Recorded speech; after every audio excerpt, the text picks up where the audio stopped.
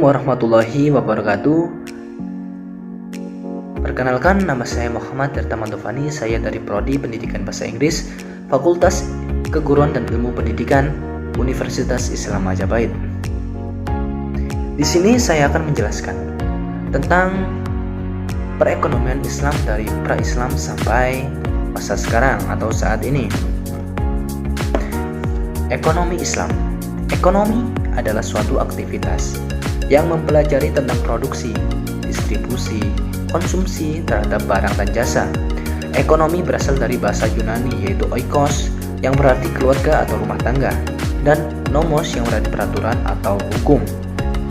Sedangkan Islam adalah agama yang diturunkan oleh Allah Subhanahu wa taala kepada Nabi Muhammad SAW sebagai nabi terakhir yang menjadi panutan untuk umat Islam.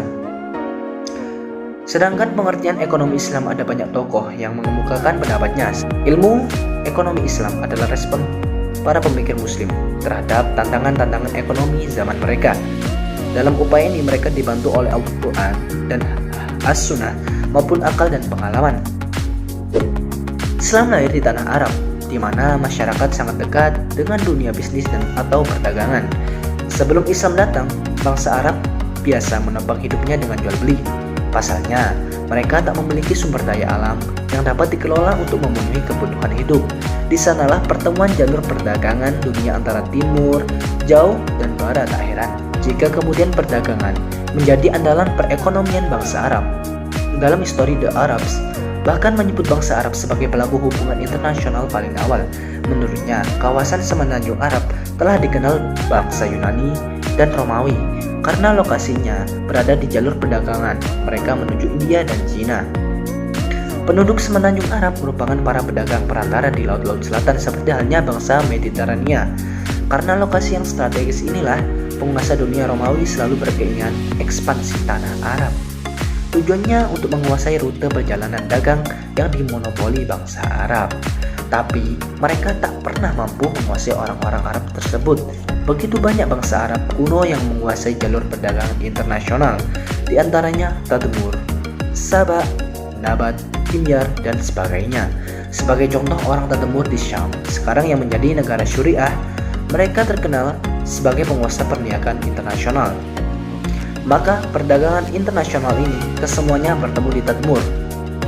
Ini sebagai tempat persinggahan, baik dari mau pulang atau pergi. Lalu, bagaimana dengan kondisi dua kota suci sebelum Islam datang, baik Mekah ataupun Madinah? Keduanya menjadi kota perdagangan yang makmur. Keduanya merupakan jalur perdagangan rempah-rempah dari selatan ke utara. Bahkan, jauh sebelum dilintasi jalur rempah-rempah, Mekah telah lama menjadi tempat persinggahan perjalanan dagang dari Ma'rib ke Gaza. Masyarakat Mekah yang progresif dan memiliki naluri dagang berhasil mengubah kota tersebut menjadi pusat kemakmuran. Kemakmuran tersebut terjadi terutama saat Mekah dipimpin oleh kabilah Quraisy atau nenek moyang dari Rasulullah. Begitu pula dengan Madinah, Yastrib. Nama kuno Madinah merupakan kota penghubung jalur perdagangan antara Yaman dan Suriah. Suburnya pohon kurma yang tumbuh di sana membuat kota tersebut semakin ternama. Nah, itu tadi penjelasan tentang perekonomian Islam dari zaman pra-Islam sampai masa sekarang. Dan saat ini saya akan menjelaskan tentang kondisi perekonomian dalam masa pandemi ini yang berkesinambungan atau berhubungan dengan visi dan misi Universitas Islam Majapahit. Visi dan misi Universitas Islam Majapahit yaitu yang pertama, membangun infrastruktur pendidikan yang berjadikan budaya Majapahit dan Islam yang meliputi budaya akademik, corporate culture, seni, dan bangunan. Yang kedua, mengembangkan keunggulan pendidikan tenaga kependidikan, akademik, proses pembelajaran, sarana prasarana, dan lulusan.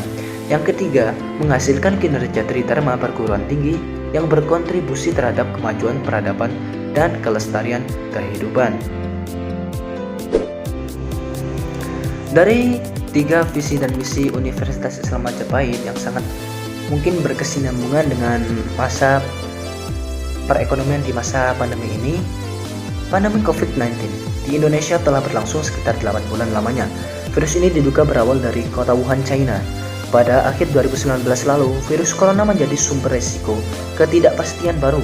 Semua pihak mencoba mengestimasi dampaknya terhadap perekonomian baik secara global maupun ke masing-masing negara, termasuk juga negara Indonesia. Karena anjuran pemerintah untuk stay at home, pesan sosial berskala besar atau PSBB sangat mengganggu distribusi dan penjualan perusahaan UMKM, sehingga perusahaan harus melakukan efisiensi dengan pengurangan tenaga kerja, pengurangan isi produk, hingga penutupan cabang atau pabrik karena gulung tikar di masa pandemi ini. Sistem ekonomi dan keuangan syariah diyakini mampu mewujudkan kegiatan ekonomi yang produktif dalam kerangka keadilan. Untuk itu, masyarakat perlu pemahaman yang benar tentang ekonomi dan keuangan syariah, diantaranya melalui pengadaan bantuan pendidikan ekonomi syariah untuk mahasiswa terkena dampak ekonomi dari wabah COVID-19 ini. Pemberian perizinan dan fasilitas bagi perguruan tinggi negeri dan swasta untuk menjalankan program-program jarak jauh atau PJJ yang menawarkan program ekonomi syariah dengan salah satu penekanan pada pembinaan akhlak, perluasan infrastruktur sambungan internet, penunjang pembelajaran yang merata di seluruh Indonesia. Ini sama dengan visi dan misi Universitas Islam Majapahit yang pertama dan yang kedua. Ini sangat berhubungan sekali. Pembinaan akhlak, ya kan? Dan penunjangan infrastruktur seperti internet tadi. Penyaluran bantuan langsung tunai yang berasal dari zakat, infak, dan sedekah, baik yang berasal dari unit-unit pengumpulan zakat maupun dari masyarakat. Khusus untuk zakat yang ditunaikan, penyaluran dapat difokuskan kepada orang miskin yang terdampak COVID-19 ini. Menjadikan masjid sebagai pusat baitul mal untuk masyarakat sekitar dan wajib didaftar. Ini juga biasanya didaftar melalui online, kan tidak mungkin, kita kan dampaknya kan juga mengganggu dampak sosial, kita tidak bisa berkumpul-kumpul atau saling bertemu gitu. Bayarannya sistem online. Begitu juga dengan wakaf. Oleh karena itu, pemberian modal ini dapat dilakukan permodalan usaha yang dapat diikuti dengan peminjaman qardul hasan. Dalam terminologi ekonomi atau keuangan syariah, qardul hasan adalah pinjaman yang tidak mengambil manfaat atau keuntungan, yaitu tanpa adanya bunga apapun, namun tetap ditekankan. Jadi kesimpulannya, di masa pandemi ini kita harus kreatif, inovatif, dan selektif dalam menjalankan kehidupan kita. Kita harus saling support dan tetap semangat untuk mempertahankan perekonomian kita, tetap bekerja keras, dan selalu patuhi anjuran pemerintah tentang protokol kesehatan. Jangan melalaikan kewajiban kita sebagai umat beragama, baik beribadah dan menjalankan sunnah-sunnah lainnya. Kita masih tidak tahu kapan hilangnya pandemi ini. Tetap berdoa agar Allah segera mengangkat virus ini. Nah, itu tadi pendapat saya atau argumen saya tentang visi dan misi Universitas Islam Majapahit yang berkesinambungan tentang adanya perekonomian Islam di masa pandemi ini. Tetap jaga kesehatan, jaga pola makan, dan tetap produktif di masa pandemik ini. Apabila ada pertanyaan atau kritik saran dari video ini, silakan di kolom komentar. Sekian dari saya, wallahul muwaffiq ila aqwamit thoriq. Wassalamualaikum warahmatullahi wabarakatuh.